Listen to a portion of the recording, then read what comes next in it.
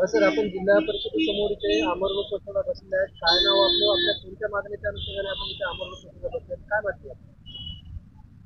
मी नामदेव कृष्णाजी बाऊलकर, विविध कार्यकारी सेवा सहकारी संस्था तामसा, तालुका हदगाव, जिल्हा नांदेड या संस्थेचा चेअरमन आहे असून आमचं संचालक मंडळ उपोषणाला बसले ते कारण आमच्या संस्थेसमोर गोदाम आहे. गोदामासमोरची समोर अतिक्रमण केलेलं आहे 3 शेड दोघा ठिकाणी.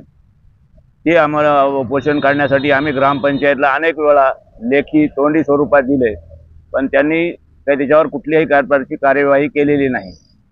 आणि ती कारवाई केली नसल्यामुळे आम्ही त्यांना दिनांक 12/2/25 निवेदन आम्ही कलेक्टर सर्वांना दिलेले आहेत शिवोलावर.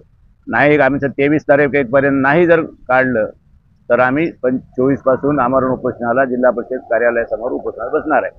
या मागण्यासाठी आमचं काय दुसरी मागणी काय, 2च मागण्या आमच्या. एक तर आमच्या संस्थेसमोरील अतिक्रमण हटविणे आणि आम्हाला ते आमचं जे 8 नंबर आहे ते दुरुस्त करून देणे. त्यांच्याकडे 8 नंबर सगळं व्यवस्थिशीर नाही.